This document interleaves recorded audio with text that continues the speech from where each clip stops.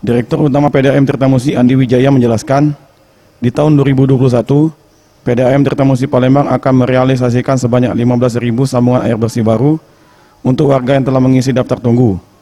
Untuk sambungan air bersih baru ini, PDAM Tirtamusi akan membangun secara bertahap sesuai dengan kapasitas air yang dimiliki PDAM Tirtamusi.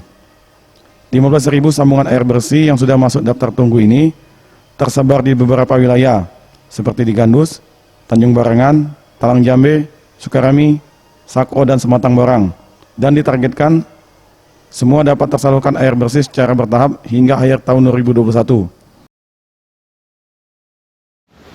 Oke, pelanggan daftar tunggu ini kita akan melayani secara bertahap sesuai dengan kapasitas kita yang kita bangun. Jadi sekarang kita sedang membangun instalasi di Karanganyar sebesar 500 liter per detik. Ya.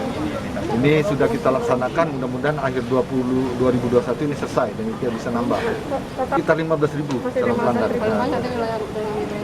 Paling banyak itu di daerah Gandus, Tanjung Barangan, kemudian Talang Jambe, Sukarami, kemudian di Sako, kemudian lagi di Borang.